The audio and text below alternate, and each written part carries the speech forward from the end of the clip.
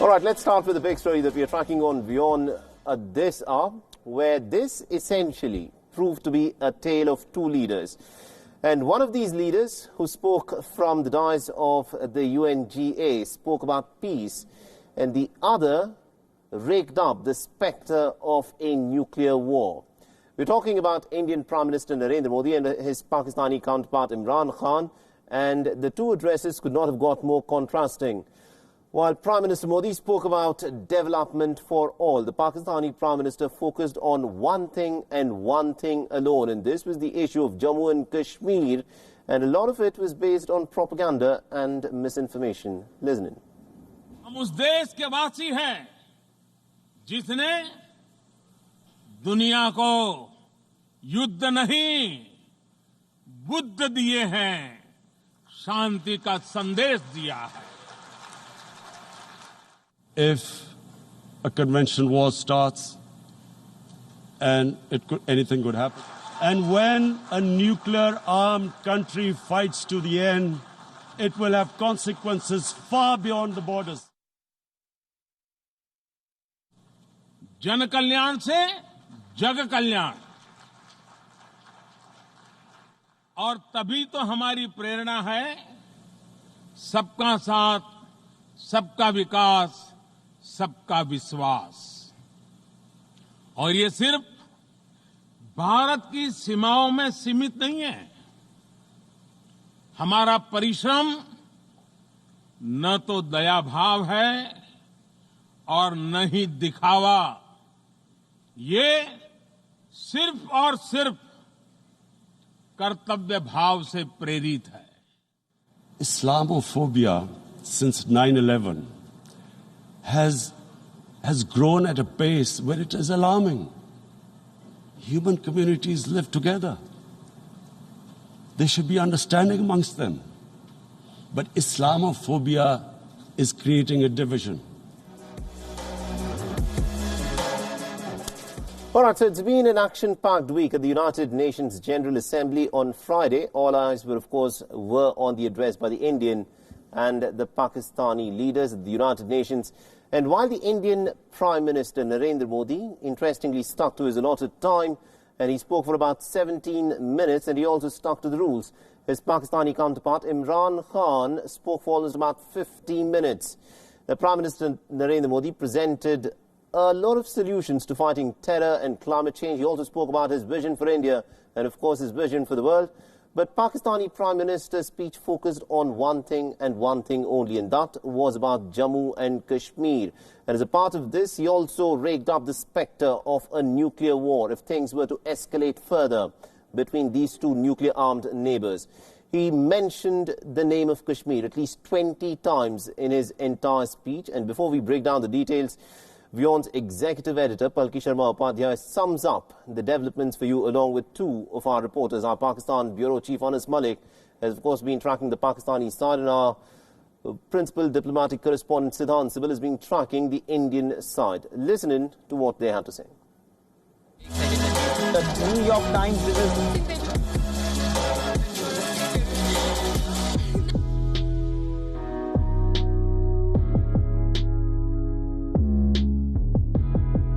We saw the culmination of a week of action-packed diplomacy with the Indian and the Pakistani government camping here in New York with their full contingent. The Prime Ministers both landed more or less on the same day. The Indian Prime Minister went to Houston for the Howdy Modi, when the Pakistani Prime Minister was in New York throughout, and he met various world leaders and spoke to the Western press. Today, they both spoke at the United Nations General Assembly. Prime Minister Modi for 17-odd minutes, Prime Minister Imran Khan for much longer. So what came out of the meeting and who won this round, if we may put it in this way? With me are my two colleagues who've been tracking the two sides, Anas Malik, WION's Islamabad Bureau Chief, and Siddhan Sibal, our Principal Diplomatic Correspondent in New Delhi. Anas, let's begin with you. There was supposed to be a time limit of 15 minutes. Mr. Khan went up till 50. Do you think he made any sense, though? Well, to start off with, Imran Khan starting off with the climate change and going to Islamophobia, that was more of a shocker. In fact, it was more of a surprise because it was supposed to be Kashmir. He spoke in brief for about 26 minutes on Kashmir issue and the other 22 minutes on the other three topics. His speech was focused on four topics. He was probably catching on to a trend a little late. He thought everyone's talking about climate change, I might as well. Well, absolutely. And then the second thing is that how Pakistani side sees this. Pakistani side is trying to justify, the officials are trying to justify, since President Trump spoke for about 38 minutes, so Imran Khan going at a length of about 47 minutes, it's not a big deal, and that's how Pakistani side is trying to justify that. Having said that, his Kashmir rant, that was pretty much along the lines, except that there was one thing that went unnoticed this time around. He said, we are ready to fight till death. That was a direct threat, and in the very next sentence, he said that I'm not here to threat people. That was a bit hypocritical and a bit laughable as well, because in one sentence you're basically threatening the United Nations that if you don't play your role, then if war is imposed at us, we're ready to fight and we're ready to fight till death. And in the very next sentence, he said that I'm not here to threat anybody, but the world should take notice. He also said that there'll be more radicalization in Kashmir. So there was that was a direct threat or a real threat, some would say, against India.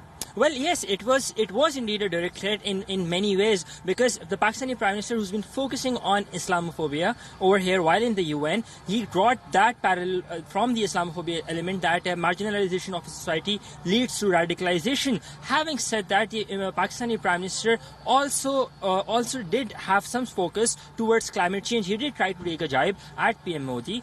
He did try to take a jibe on terrorism as well. But by and large, his speech was much more disoriented when it came to the Kashmir bit, because he was first trying to take everybody through a history lesson on how PM Modi is, what PM Modi is, and what his party's ideology stands for. But by towards the end of it, we saw more of those hooliganism or chants with that echoed in the corridors of General Assembly. That was unprecedented. There were 14 times during his 49-minute speech that there were applause, and about thrice there were chants of quote-unquote shame, shame. And that was unprecedented and against the rules and decorum of the General Assembly. This is not the Parliament of Pakistan, and something that the Pakistani dispensation should have kept that in mind while Prime Minister Imran Khan spoke. Right. Prime Minister Modi had a much shorter speech.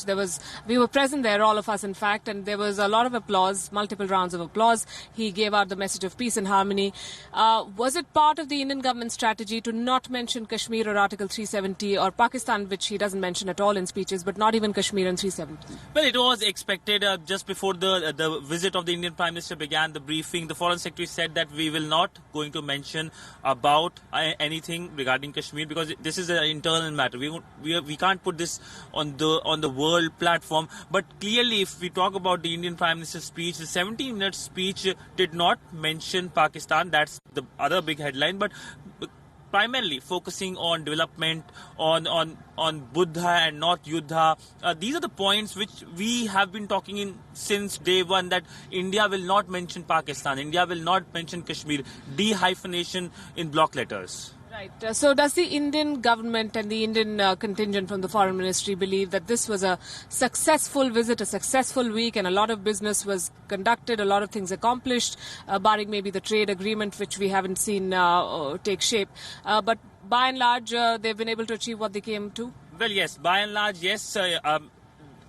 The outcomes when it comes to bilaterally India-US relationship, they are able to shed the hesitations of history, to use the phrase, and start a new chapter. The Indian External Affairs Minister will be now going to Washington and will be meeting his counterpart. So by and large, a new chapter when it comes to India-US relationship. And at the United Nations, it was expected that Indian Prime Minister is going to give his vision, his roadmap about his plan for the world, and of course climate change.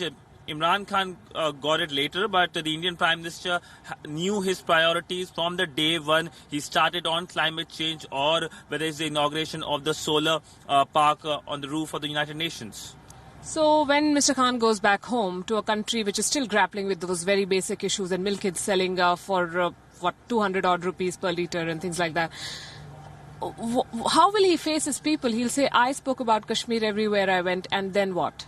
Well, that is exactly what we've been trying to ask the Pakistani government, that what next, what is the way forward. So for the time being, they have a breather, and that breather is that there is an OIC summit that is to be held in October. That is upon the request of the Pakistani Prime Minister that Mohammed bin Salman had agreed upon. Now remember, Pakistani Prime Minister had did a brief stopover in Saudi Arabia before coming to the United Nations. In fact, he took the same plane. It was a gift that was given, and on the same, he's going back from the US to Pakistan in that very plane of the Saudi government to Pakistan. Now, that is a breather for the time being, but after October, what happens?